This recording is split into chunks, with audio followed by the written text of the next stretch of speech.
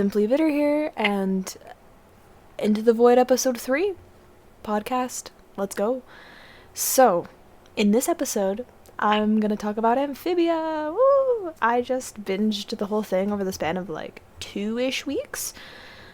It's probably more like a week and a half. Rift knows. Rift is the one that told me to watch it, which I'm very grateful for because I really, really enjoyed it. So first off, I'm going to give my general opinion of just like the show overall without spoiling anything, just for those who might want like a short little thing of like, oh, did you like it?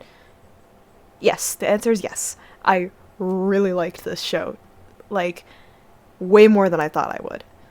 Because you have this balance with children's cartoons where they're either good, they're childish but good, or they're just straight up, like, meant for little kids, right? Amphibia's in that good category. Because there's definitely a lot of TV shows that are good, like children's shows that are good, but there's some things and, like, jokes they make that just hit and you're like, this was meant to keep little kids watching. But I think with Amphibia, I rarely had that. Like, there were so many times where these jokes made me laugh. Like, genuinely laugh. And I really, really think that's awesome because it's kind of like a Gravity Falls where, yes, it's meant for kids, but there's also so much in it that holds true to all ages, and I think it's great. There's so much of it that was so funny, dude. In general, I'd give it a 9 out of 10. For anyone planning to watch it, I would say Sasha might be my favorite character, but I really like the Sasha, Ann, and Marcy, like, a lot. And yeah, I would say just in general, you should go watch it. It's really funny, and the emotional parts hit. Like, you get attached to these characters so much. And that's not something I thought I'd be able to say, but, like, the characters mean so much to me and to a lot of other people out there, so I highly, highly recommend. So now, I'm going to talk about Season 1. Spoiler warning for the rest of Amphibia, specifically Season 1 right now. But yeah, so if you haven't watched it yet, go watch it. I highly recommend. So in Season 1, it's definitely the introduction season, which is fine. Like, obviously you need a part of the show to establish the world that you're in and to establish the characters. But Season 1 does it so well. So well. The dynamic between the planters and Anne is so good. It's so good. Like, at first when they meet her, they're very cautious of her in a way, aside from, like, Sprig, you know, Sprig and her are close. They're like this. And, I think it's amazing. I love the dynamic between all of them. The dynamic between Hot Pop and Anne in the beginning is funny because Hot Pop, his whole thing is he wants to keep Sprig and Polly safe, and so he's very cautious of her, but he grows to love her in like a grand kid way, like he does with Sprig and Polly, and it's really sweet. And then Polly and Hot Pop, of the three planters, are probably my favorite because I think their jokes are hilarious, dude. I think they're really funny. Hot Pop especially gets me a lot, but Polly does too. Her little, like, quips and just little things get me all the time. Like, there's this one scene with the two of them while Sprig and Anne are off doing something. I forget what they were doing, but there's, like, a big explosion that happens in the distance with them, and the door had, like, fallen off earlier, so HP just, like, put it back, like, just propped it up and was like, alright, and that's how you fix a door. And then the big explosion goes off and it falls on him. And I think it is hilarious. I forget what Polly says afterwards, but it's so good. It's so funny, dude. I think they're hilarious. I think Polly and Hot Pop are probably two of my favorite, like, characters comedy-wise. There's also the aspect of Wartwood learning about Anne and her world through her, like, phone and just thinking Anne is, like, a freak because to them she is, but to her, they're also kind of weird. It's a learning process, right? Like, it's an exposure between the two of them and their two worlds. The naming of the Bazaar is probably one of my favorite things. I think that's hilarious. I love it. And then you get, like, past most of the season where you just get to meet the planters. They develop their relationship with Anne and how much they care about her. Anne develops her relationship with Wartwood and how much Wartwood cares about her. They even name her Frog of the Year, which is kind of how the whole ending bit starts in the last episode. Learning about Sasha was really nice. Because genuinely in the beginning of the series, she's not a good person. But as the series goes on, she develops into this really nice, not nice, but she develops into this really, like, she just learns, she grows so much as a character, and I really appreciate that. It's part of the reason why I think she's my favorite, is her growth is just so good. Like, her and Grime are great together, and the way they feed off of each other and grow together as people is also really amazing. But when you learn more about Sasha back home, and the way she's so manipulative, and she, like, knows she is too, but she doesn't change because it's to her advantage, right? She's just going through the world, doing what she needs to do to, like, be the best, be good. But she obviously learns eventually that this isn't actually a good thing, and she could do so much more, and I love it so much. The whole thing at the very end where Sasha almost falls, but Anne grabs her because obviously they're best friends still. You know, you can't just completely erase that time spent together. And so she grabs her hand to keep her from falling, and Sasha lets go, being like, you know, you need to find better than me, or whatever she says, I forget. That hurts, because, like, you see the cogs turning in Sasha's head of, like, after everything that's been said so far, of, like, oh god, what I'm doing is seriously hurting people. I need to stop doing that. And I genuinely really like that that starts to hit her a little bit more. Obviously, the effects this has on Anne is really crappy. Like, I feel so bad. And the way, you know, Sprig is like, oh, are you okay, Anne? What's wrong? Like, you know, not what's wrong, but just like, hey, are you okay? And she's like, never been better, but it just transitions into her sobbing is so, I feel so bad for her. Like, I wish that didn't happen, because I feel so bad, because she's struggling a lot internally too, just like Sasha is struggling a lot internally of learning more about what she needs to do to be better, and how much she genuinely cares about Anne. Anne has this moment of like, oh god, this person that I've been friends with and I care so much about did some really horrible, horrible things with horrible consequences. It's so impactful. I love it. Now, with season 1 basically covered, it's time to move on to season 2. Which, road trip. I think the road trip episodes are fun. I love Bessie a lot, so getting to see more of Bessie and her interactions with everyone are funny. I love them. The hot pop jokes are always good.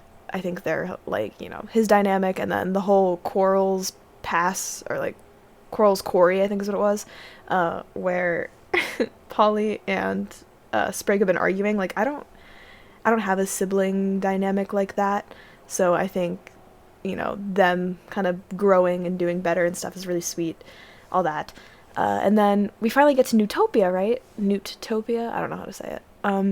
We finally get to Newtopia and meet Marcy. I absolutely adore Marcy.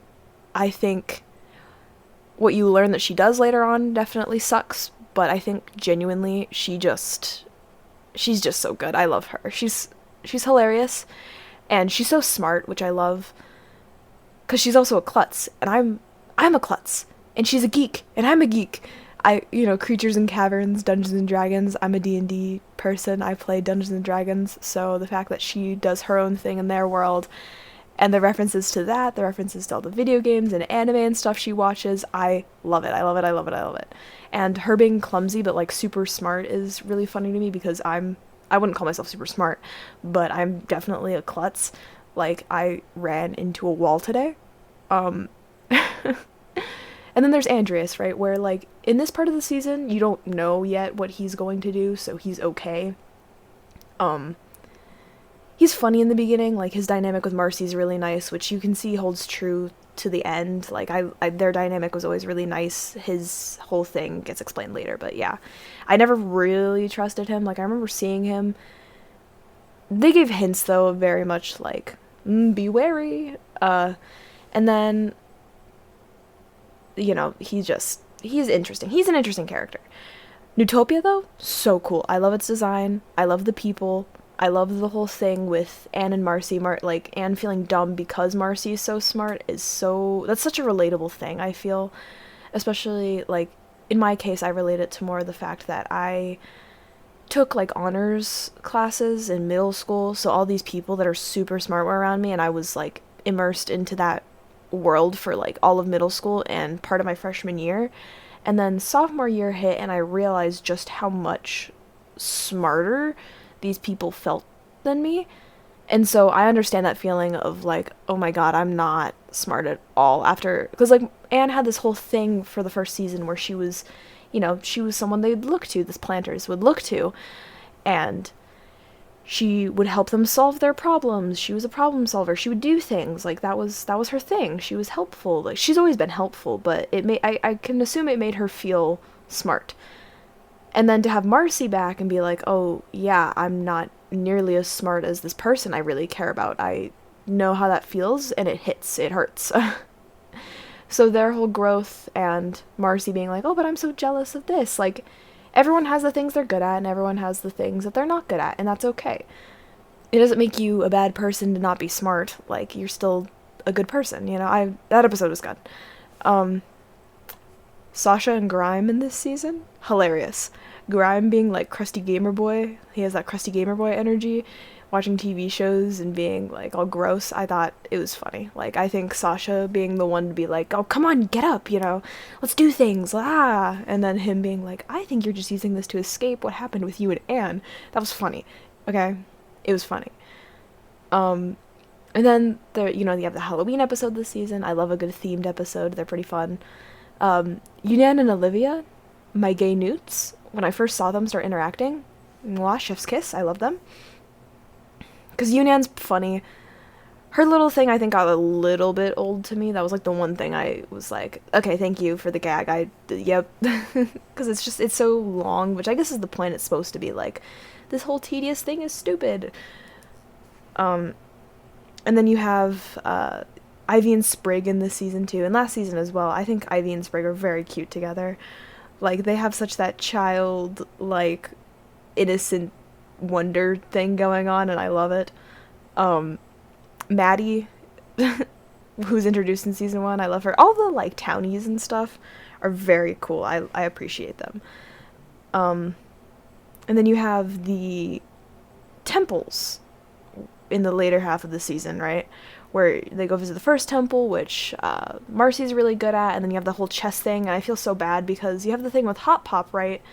Where in season 1 he buried the music box to try and protect his family, and then Anne finds out and is, like, super upset about it, as she should be. Like, that was her way of getting back home, and Hot Pop, it not purposefully necessarily, sabotaged it.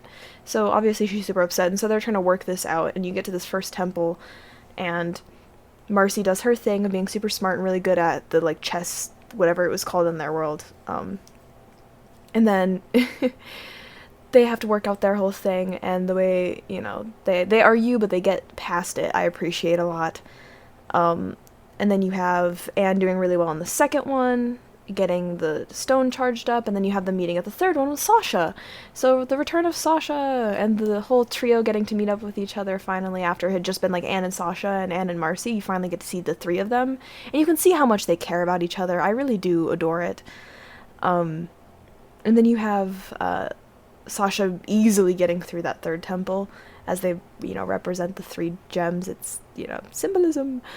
And then you have the dinner party that they do, which my main thing with that episode is I loved Anne's dinner party outfit. It was super cute. I thought it was adorable. And then Marcy kind of being caught between Anne and Sasha. I can tell it's hard on Marcy because she obviously, you know, she just wants her friends to get along.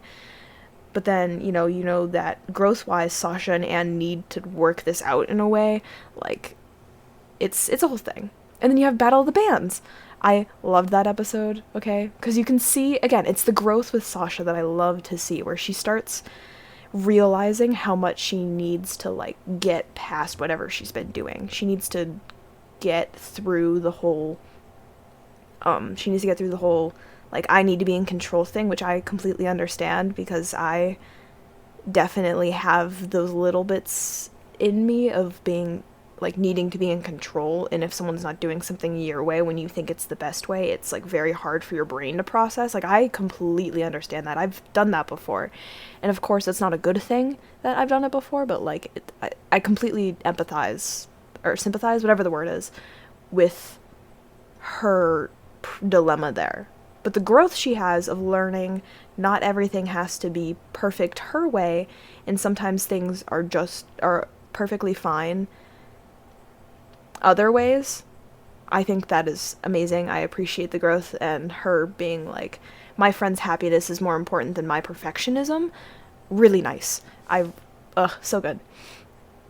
And then you have Anne's song in the episode, and you can tell how much it means to her, like her feelings and stuff with being an Amphibia, of, you know, like her growth in, like, learning more about being her as a person, because you learn in season 3 about her whole "Who Am I" essay, and you can see here that she's, like, learning who she is, instead of being just, I like to do what other people like to do, I like to do what's going to make other people happy. She's learning what makes her happy, and how important her happiness is compared to others, which I also really love, because I am a people pleaser. I understand that feeling of, like, which I know kind of conflicts with what I said, but, like, different phases in my life, you know? I understand the, like, perfectionism control thing in certain aspects, and then I also understand the whole people pleaser thing in some aspects of, like, I need to do what's going to make other people happy because other people's happiness is what's most important. But a lot of the times your happiness is also really important. So, you know, life lessons in this TV show, you know?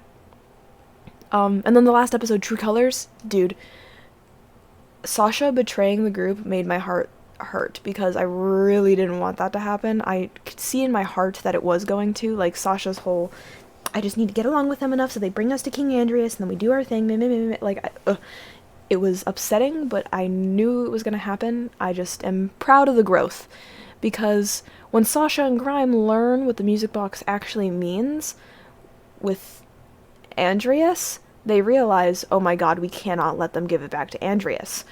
And their whole thing shifts from, we want to, like, the Toads need to rule Amphibia, to, oh my god, we need to make sure Amphibia stays safe, and so do the other worlds.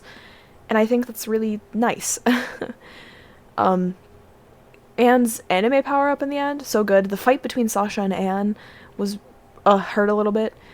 But then you get them all in the throne room, Marcy being like, this wasn't supposed to cause any harm. And then you learn her motives of being, she just wanted to get out of her, you know, Earth, and her thing with her parents being like, we're gonna move. She's like, I didn't want us to be separated, which a 13-year-old being really sad that her and her friends are gonna get separated from each other, I completely understand that, because I've had that before. I was a lot younger, but when I moved schools and areas, I didn't even have that many friends at my school, and I was terrified to move. I was so upset.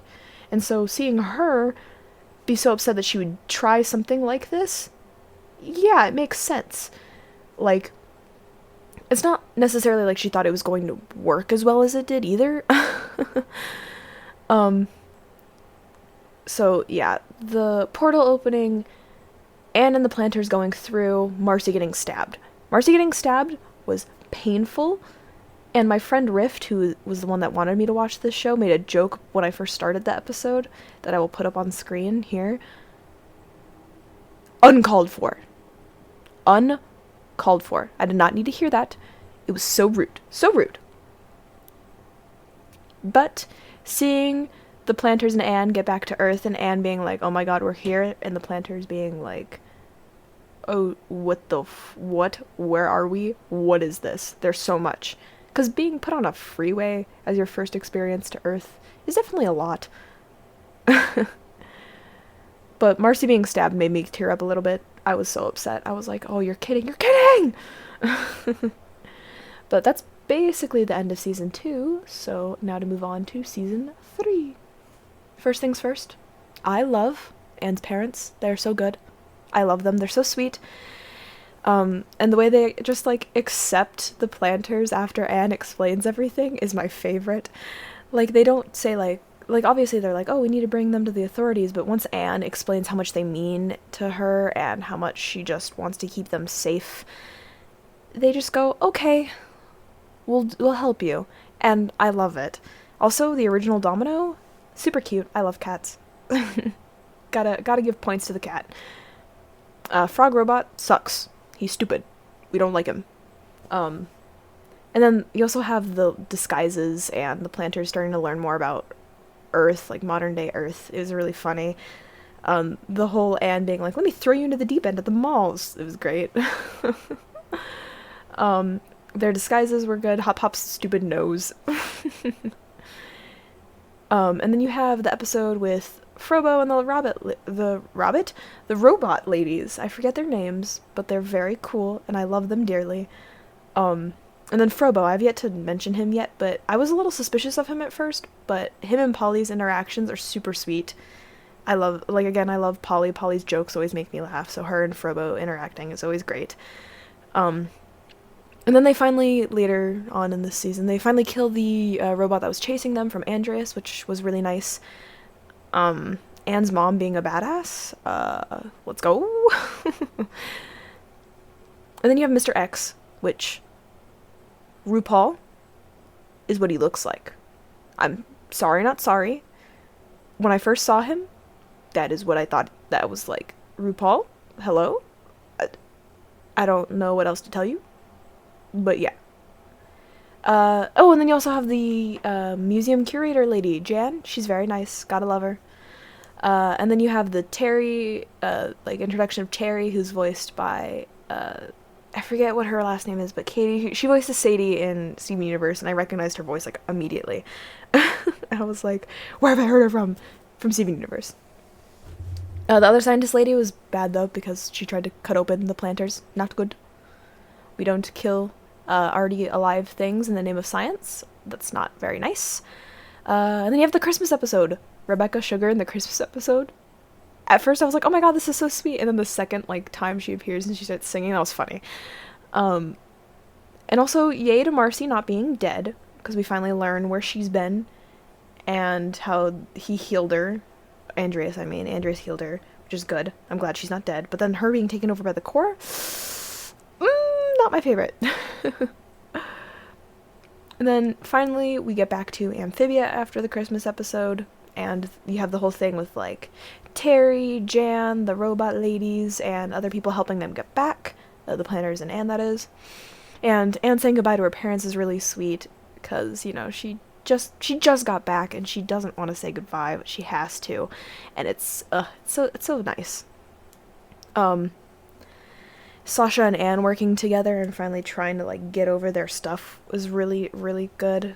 And you have a Sprig and Ivy interacting again, which is really nice because they have that innocent lovey-dovey honeymoon phase stuff going on, and it's really cute. Mother Olm, we learned about her. She's very nice. She's very cool. She has prophecies. She's an old lady. Gotta love it. And then in this season, there are so many callbacks to the other seasons. I love it. Like all the adventures they went on, like and in the Planters, like all the stuff they did, all the callbacks to Sasha and Marcy, like everything. Oh, it just comes together. Continuity, man. Continuity. And then you have episode 17, which hits, right? Like, Grime and Sasha's dynamic is still great, and, you know, seeing them interact, really good. But then you have the beginning of that episode where, in All In, where, like, you see this dynamic and, like, the personalities of Sasha, Marcy, and Anne pre-entering Amphibia, and you kind of get to learn more about them as a trio, right? Like, they pull this prank, it's the day before Anne's birthday, and Sasha and Marcy get off easy because the principal's like, oh, Marcy's so smart, she'll probably do something great for the world. Sasha is so, like, I don't want to say manipulative, but she's so powerful and, like, she's such a leader that she's going to be able to find her way just fine in life. But it's with Anne that the principal is like, you don't have anything that's going to help you in the world yet because you haven't worked on yourself. You've worked on your relationships with other people, but you haven't worked on you, and I want you to work on you. And I think that sentiment is very nice, and it's something Anne actually does get to accomplish throughout these 3 seasons. Like, I think it's great.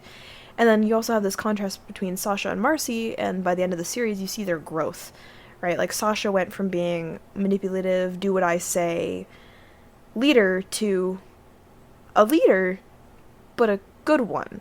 One who cares about the people she's leading. One who, with the help of Anne, is, like, learning to learn about people and their feelings rather than just hers. And I really appreciate it. And in this episode, the everyone's captured, right? Like, you have Sasha, Anne, the Planters, 𝕋𝕚, and also just the whole group being captured. And then they finally break free thanks to Frobo. Appreciate Frobo in this household. And they get back to Earth and kind of learn of Andreas's full plans. And they meet up with, their parents, Anne's parents, and Mr. X having helped them and taught them how to, or not taught them, but, given them stuff to fight people and, fight back was really cool. Seeing how cool Anne's parents are, always good. And then you also have the callback of, everyone else on Earth that they care about, too. It's very, very cool. Very cool. And then you have the aspects of this episode that are with Marcy and her part in the mind space, right? You can tell that she's, the way they took her memories, right? And then she's trying to remember these things, because she's something important. I'm supposed to be remembering something important, but she can't for the life of her, place it. Hurts a little bit, because, she cares about her friends so much. That's the whole reason she did what she did, is she cares about them so much. And so, she has this, mind space where, what's his face? Andreas's dad is oh, here's the world you always dreamed of, the fantasy world you always dreamed of. You can live here, you can stay here forever. And she finally breaks out of it eventually, but not without Darcy, Dark Marcy, fighting Sasha, right? Sasha goes up there and, fights her, while Anne stays and fights Andreas. And then you also have the whole plot with the Planters and the Herons, right? I feel so bad because you learn that these Herons are specifically the ones that killed Sprig and Polly's parents. And I feel bad, obviously, because they try to fight it, but once they finally get face to face with the Herons, they can't help but be terrified. It's traumatic to be faced with this thing that, hurt you in the way that it hurt them, where it killed their loved ones. It's really upsetting. I felt so bad. But they finally get over it together as a family, and that was really sweet. And the thing that brings them out of this is seeing Anne's parents get attacked, these people that took them in and, helped them in the, on Earth, in the human world. And it's really nice to see that be, the thing that breaks them out of it, because these people that they care so much about being oh, they took us in, and they're we're not going to let these Herons take anyone else we care about. It's very sweet, very nice.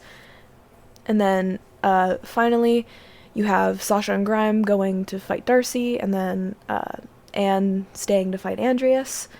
So first thing you have is this little bit of talking between Darcy and Sasha, where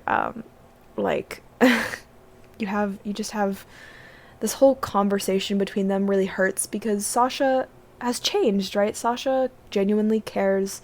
She always has cared, but she's really genuinely just wants to see Marcy back and make sure she's okay.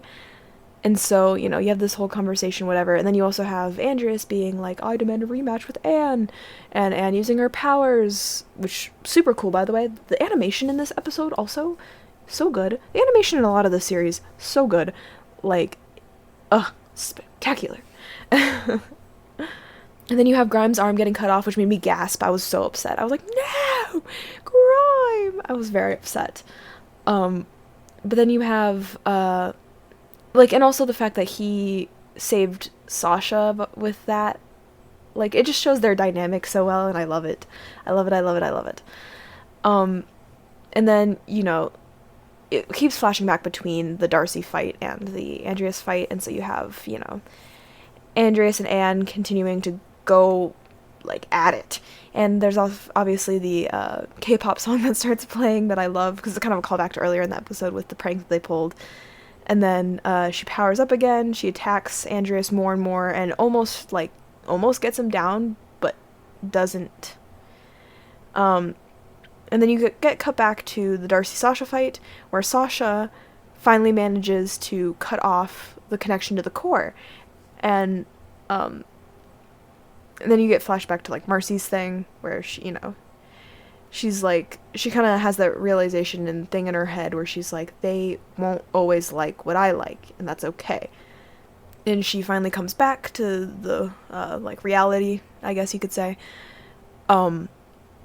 She, you know, there's the letter, right, that was seen earlier in the season 3 that, like, was in the room unlocked by the Planter family, like, tome? T-O-M-E, tome? And it looks blank to them. They don't know how to read it. But Mr. X, with his glasses, Mr. RuPaul over here, sees that it's a special ink. Sprig reads it with the glasses, and then realizes it's from Leaf, which we learn earlier in this episode, I think it's this episode, that Leaf was Andreas' friend. Because the rules between, or not rules, but, like, societal standards between newts, frogs, and toads was a lot looser, more lax in the past. And so when Leaf was, like, his friend and was like, don't use the box is dangerous, and he had to disobey, or not disobey, but Leaf was urging him to disobey his dad, and he just couldn't do that. And so Leaf writes this letter, like, towards the end of her life, being like, you know, I still consider you a friend, I know you'll do the right thing, I never stopped loving you, blah, blah, blah, blah, blah. Not to close himself off, because that's what he did in the terms of Leaf, and that's what ended up in this whole situation happening. Very sweet. I love that Leaf is, like, related to the Planters, the, you know, continuity! But yeah, and he, at this point, loses his will to try and beat Anne, because he sees this letter and goes, this isn't good, this isn't what I should be doing. And it's very nice. And then you're back to Sasha and Darcy, where finally Sasha, like, cuts through the control thing, and Sasha kind of exclaims that, like, she's not who she was before, she's someone different. And because the core only knows what Marcy knows about Sasha, and Sasha's changed, and I think it's very nice. Marcy gets freed, and then Andreas is defeated, so you kind of have this feeling of, like, relief. And then you get the final, like, together of Anne, Sasha, and Marcy, and it's very nice. And then you also have, like, the you know, just the very sweet reunion between the three of them, being happy that they're all okay and that they're alive. They finally go back to Amphibia as well, because they want to take, you know, all the Amphibia friends home, all the townies, the Planters, everyone. And then they, you know, Sasha and Marcy talk to the Boonchoys, Anne's parents, being like, tell our parents we're okay. It's very sweet. And then they finally travel back, and then they learn that the moon was, like, getting closer because it was being, like, it was part of the core's plans of, like, if we can't get our way, then we're gonna kill everything. So, you know, very interesting, to say the least. And then you have the final episode, right? God, that episode hits. Hurts just a tad, but yeah, it's a lot. So you have episode 18, the finale, the series finale, and the hardest thing is what it's called, right? And so then in this episode, you know, you learn more about what the moon actually means, because Andreas explains it, and then Mother Ulm appears, saying that the prophecy that has been discussed earlier with Anne, Sasha, and Marcy being, like, a thing, and their powers, whatever, they're gonna save the world. And, you know, she says that, like, the prophecy isn't guaranteed to make or they aren't guaranteed to succeed just because of the prophecy. But the stone's energy may not last long enough to like actually help them. And so despite this being said to them, they go anyways, but not before Mother Olm tells Anne, there is one last resort you can use, but it may kill you. And hoping that it won't come to that, she says, you know, you'll only have to ask if you need to use it, whatever. And then you're hoping, like, oh, let's hope it doesn't have to be used, but you know in the back of your mind it's going to. Okay. And then, you know, you have them going up to the thing, start fighting it, and Andreas disobeys the core and, like, for, you know, once and for all trying to take it down, he sends his robots to go help, and they're trying to do it, and they just can't. Sasha and Marcy are starting to lose their power, they can't do it. And so Anne takes them aside and goes, I can save us, but I might die. And they obviously are super upset about it, but, like, she asks to be allowed to take the lead this one time, and they give up the stones, and it's so... I'm gonna cry thinking about it. It's so impactful, it hurts, but it's so good. It's so good. And then finally, so they, like, Marcy and Sasha return back and tell everyone what happened, and you have this whole beautiful scene with Anne using her power and the stones to blast through it, kill it, get rid of it once and for all. And then she finally gets back down to the earth. They see her body, like, dissolve into leaves, and dude, that scene hurts me so much, because she's like, you know, Sprig's trying not to cry, and like, she's just like, you know, oh, it was worth the sacrifice. I love Anne. And she finally dissipates, and this is her death. But we learn that the stones made a, like, clone of her, basically. And they're like, oh, you should take over our job. And Anne's like, I'm good. And then goes back to Earth. Or not Earth. She goes back to Amphibia. And it's like, everyone's like, oh my god, you're alive. And it's so sweet. And then, you know, they're all like, oh, we have these little bits of stones left. We can go back to Earth, but we can't guarantee we'll ever be able to come back, which they never are able to, which it sucks. Like, saying goodbyes. Oh my god. Sasha and Grime crying is really sweet. Marcy being, like, saying farewell to everyone, especially Olivia and Yunan. I can't talk today. Olivia and Yunan, and they're like, you know, they're officially together now. And, my gay dudes. And Sasha and Grime, like, crying, being like, we're gonna miss each other. And, you know, Grime being like, I'm gonna find Percy and Braddock. And Sasha being like, tell them, you know, she'll never forget them, she's sorry. And growth. Sasha's growth, man. Oh, it's so good. And then Anne giving away her phone to Sprig. You know, everyone's ready to leave. And then the whole spin around Anne and Sprig hugging was so sweet. I started crying right there. I couldn't do it anymore. I was like, oh god. And they finally go back home. And then you have, like, all the things, like, a little bit after all the fighting and everything that happened. You know, just all the little things. So it's, you know, it's the, like, 9 months in Amphibia. You learn about Polly's grown. Everyone's it's so good. And then you have the 10 years later on Earth. Sasha, you know, Sasha still lives in LA, so does Anne. Marcy's visiting them for Anne's birthday, and it's really sweet. You know, you see how they developed into, like, with their interests developed into their careers, and, you know, Sasha being revealed as bi, I love her. She's so good. Again, I see a lot of myself in all three of these characters, but I see a lot of me in Sasha, but, you know, it's growth, right? Like, I love her growth. That is what I love. And then, you know, Anne became, what's the word? Herpetologist. And she named her little, like, the pink South African or South American tree frog after Sprig, and it's so sweet. And they finally, they just hang out and they hug, and that's the end. And it's so sweet. And that's just the end. And ugh, it hits. Okay, the series finale hits hard. I just had to like go through all of it because there's so much that happens that you have to like take every little thing and just be like, this is my feelings about it.